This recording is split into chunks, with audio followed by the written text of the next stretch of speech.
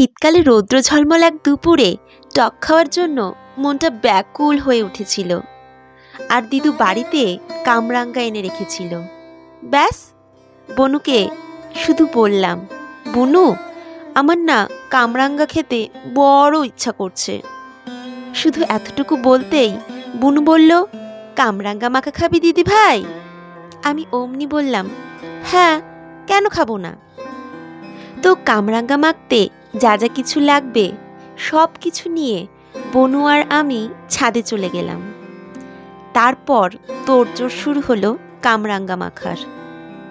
আমার তো দেখেই জিভে জল চলে আসছিল।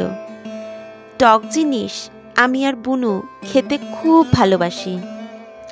কামরাঙ্গাগুলো বড্ড টক ছিল, কিন্তু তবুও এক ফোঁটা চিনি আমরা অ্যাড করিনি, বরং প্রচুর কাঁচা লঙ্কা দিয়েছি। বনু বলল, দিদি ভাই, গন্ধরাজ লেবু অ্যাড করলে আরও টেস্টি হবে। আর সত্যিই তাই, গন্ধরাজ লেবু অ্যাড করতে ফ্লেভারটাই বদলে গেছে।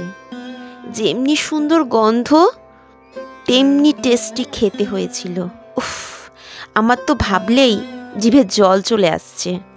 আমি তো চুপ করে বসে থাকতে পারছিলাম না। ভিডিও বানাতে বানাতেই দু চারটে মুখে দিয়ে দিচ্ছিলাম। অসাম হয়েছিল খেতে, পুরো চুমু। আহা হা হা হা হা। তো কামরাঙ্গাগুলো মাখতে যে উপকরণগুলো লেগেছিল, চলুন চটপট সেগুলো জেনে নিই। তো এখানে ধনেপাতাগুলোকে একদম কুচি কুচি করে নেওয়া হয়েছে। এখানে অনেকগুলো কাঁচা লঙ্কা আমরা ব্যবহার করেছি। আর বনু দেখুন কি নিখুঁতভাবে কুচি কুচি করে কাটছে। এতটা ঝাল হয়েছিল খেতে যে আমাদের চোখ মুখ পুরো লাল হয়ে গিয়েছিল, কিন্তু তবু আমরা খাচ্ছিলাম, কারণ খুব টেস্টি হয়েছিল খেতে।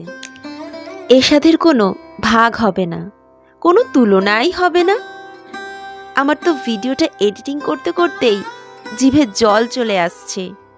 কি জানি আবার কবে হবে। জিভে জল আনার মতো এই রসালো ফলটি কামরাঙ্গা। স্বাদ মতো বিট নুন ও মায়ের বানানো একটা চাট মশলা ব্যবহার করলাম, ওই 1 চামচ মতো। তারপর গন্ধরাজ লেবুটাকে চিপে ওটার রস দিয়ে দিল। তারপরে ভালো মতো চামচ দিয়ে মেখে নিল। ব্যাস, রেডি হয়ে গেল আমাদের কামরাঙ্গা মাখা। তারপরে বনু আর আমি খেতে শুরু করে দিলাম। সবাইকেও দিয়েছিলাম। সবাইকে দিয়ে খাওয়ার মজাটাই আলাদা, তাই না বলুন? আজকের ভিডিওটা এখানেই শেষ করছি। খুব শিগগিরই দেখা হচ্ছে একটা নতুন ভিডিওর সাথে। টাটা।